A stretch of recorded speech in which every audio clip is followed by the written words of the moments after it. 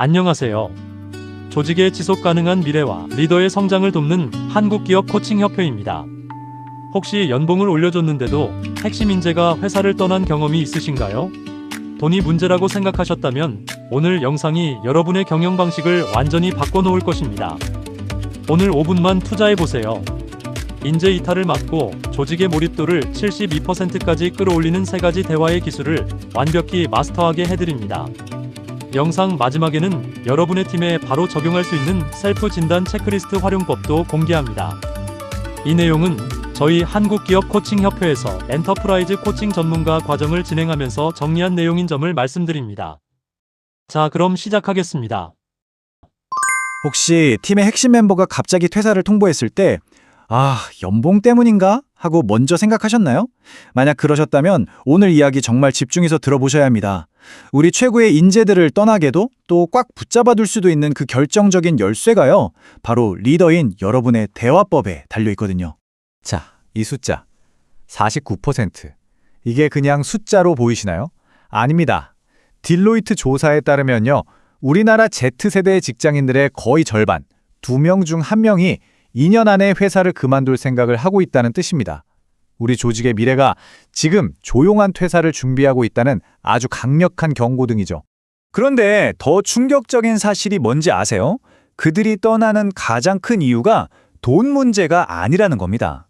바로 리더와의 관계, 그리고 리더가 건네는 인정과 피드백의 방식. 한마디로 대화의 퀄리티가 핵심이었던 거죠. 결국 문제는 시스템이 아니라 리더인 바로 우리 자신에게 있었을지도 모릅니다. 해답은요, 마치 뛰어난 장인이 상황에 맞는 연장을 꺼내 쓰듯이 우리 리더들도 상황에 맞는 대화의 도구를 자유자재로 쓸 줄 아는 데 있습니다. 오늘은 그중에서도 가장 강력한 3가지 도구, 바로 코칭, 멘토링, 컨설팅의 차이점을 명확하게 알아보고 이걸 언제 어떻게 써야 하는지 제대로 파헤쳐 보겠습니다. 자, 그럼 본론으로 들어가 볼까요? 이 3가지 대화법은 전부 팀원을 돕는다는 공통점이 있지만요, 접근 방식이나 그 밑에 깔린 철학은 완전히 다릅니다. 이 미묘하지만 아주 결정적인 차이를 아는 것, 이게 바로 뛰어난 리더의 시작입니다. 먼저 코칭입니다. 코칭의 철학은 딱 한 문장으로 정리돼요. 정답은 리더가 아니라 팀원 바로 당신 안에 있다. 리더는 정답을 주는 해결사가 아니고요, 팀원 스스로가 잠재력을 터뜨리고 최적의 답을 찾도록 도와주는 아주 유능한 거울이 되어주는 겁니다. 그러니까 예를 들어서 이렇게 하세요라고 지시하는 대신에 이렇게 묻는 거죠. 이 질문 하나로 공은 자연스럽게 팀원에게 넘어갑니다.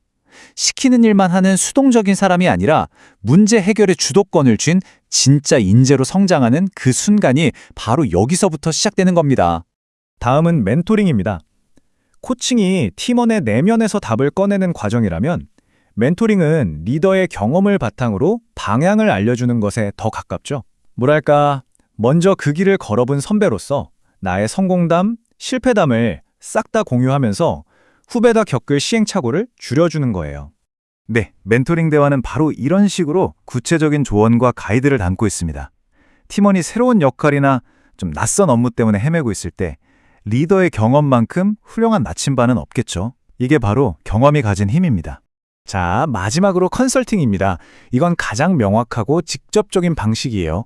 마치 의사가 환자를 진단하고 바로 처방을 내리듯이 리더가 전문가로서 문제를 정확하게 분석하고 가장 효과적인 해결책을 딱 제시하는 거죠. 시간이 없고 빠른 결정이 필요할 때 꺼내는 카드입니다. 컨설팅의 언어는 이처럼 아주 명확하고 데이터에 기반하고 실행 중심으로 이루어집니다. 팀원의 잠재력이나 가능성보다는 지금 당장 눈앞에 닥친 문제를 가장 빠르고 효율적으로 해결하는 데 모든 초점이 맞춰져 있는 거죠. 자, 이 표가 오늘 내용의 하이라이트입니다. 이 3가지 대화법의 차이가 한눈에 싹 들어오죠? 관계를 한번 보세요. 코칭은 함께 답을 찾는 파트너지만 멘토링은 이끌어주는 선배, 컨설팅은 해결책을 주는 전문가입니다. 그리고 제일 중요한 거, 답의 출처가 각각 팀원의 내면, 리더의 경험, 그리고 외부의 전문성으로 완전히 다르다는 점. 이 표 하나만 머릿속에 제대로 넣어두셔도 여러분의 대화는 극적으로 달라질 겁니다. 자, 그럼 이론은 알겠는데 그래서 이 도구들을 대체 언제 어떻게 꺼냈어야 할까요? 이제 가장 중요한 실전 적용법으로 넘어가 보겠습니다. 그래서 핵심은 이겁니다. 대화를 시작하기 전에 스스로에게 딱 3초만 질문을 던져보세요. 지금 이 대화의 목표가 뭐지? 첫째, 팀원 스스로 성장하게 만드는 게 목표라면 코칭 모드를 켜시고요. 둘째, 내 경험으로 빠르게 길을 알려줘야 한다면 멘토링 모드를 선택하세요.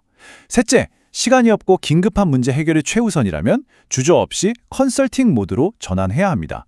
이처럼 목표를 먼저 정하는 것, 이게 바로 대화 방식을 결정하는 가장 확실한 절차입니다. 특히 MZ세대와 소통할 때 코칭이 왜 그렇게 강력한지 아세요? 이유가 정말 명확합니다. 그들은 정답을 알려주는 상사가 아니라 자기 가능성을 믿어주고 성장을 지지해주는 성장 파트너를 원하거든요.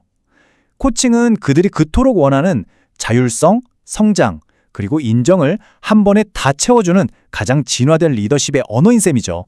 혹시 마음속으로 에이, 코칭이 뭐 그렇게 대단하겠어? 하는 의심이 살짝 드시나요?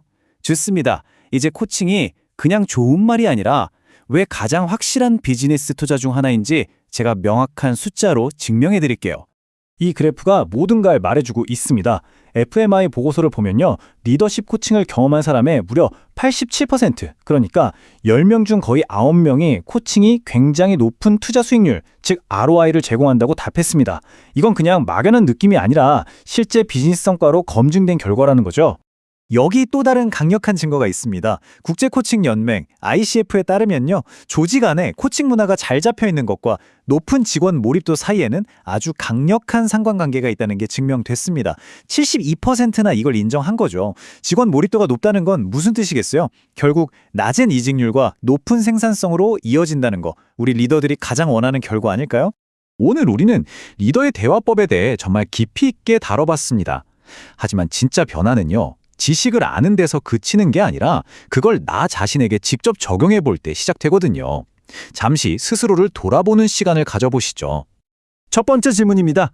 평소에 여러분이 팀원들과 나누는 대화를 한번 떠올려 보세요. 주로 답을 주고 계신가요? 아니면 질문을 던지고 계신가요? 그리고 그 방식이 우리 팀원들의 잠재력을 정말로 끌어내고 있는지 냉정하게 한번 평가해 볼 필요가 있습니다. 두 번째 질문은 조금 더 구체적입니다. 혹시 팀원의 의견에 묻기보다는 내 지시를 전달하는데 더 익숙하지는 않으신가요? 그들 머리와 마음속에 있는 그 놀라운 아이디어를 어쩌면 나도 모르게 닫아버리고 있지는 않았는지 되돌아볼 시간입니다. 그리고 마지막 질문입니다. 뭐 거창한 계획이 아니어도 괜찮습니다. 내일 아침 팀원에게 조언하기 전에 딱 한 번만 자네 생각은 어떤가? 라고 먼저 물어보는 것. 그 작은 시도 하나가 최고의 인재가 절대 떠나지 않는 팀을 만드는 위대한 첫걸음이 될 수 있습니다. 여러분의 그 첫걸음은 무엇이 될까요? 리더 여러분, 오늘 내용 유익하셨습니까? 결국 리더는 상황에 따라 코치, 멘토, 컨설턴트의 모자를 자유자재로 바꿔 쓸 수 있어야 합니다. 이론은 알지만 실전 적용이 막막하신가요? 저희 한국기업 코칭협회에서는 엔터프라이즈 코칭 전문가 과정을 통해 여러분의 소통과 지속가능한 리더십의 실질적인 변화를 체계적으로 지원합니다. 아래 더보기란의 링크를 확인해주세요. 더 자세한 코칭 팁과 여러분의 리더십 자가진단 체크리스트를 받아보실 수 있습니다. 오늘 영상이 도움이 되셨다면 구독과 좋아요로 리더십의 격을 높여보시기 바랍니다. 감사합니다.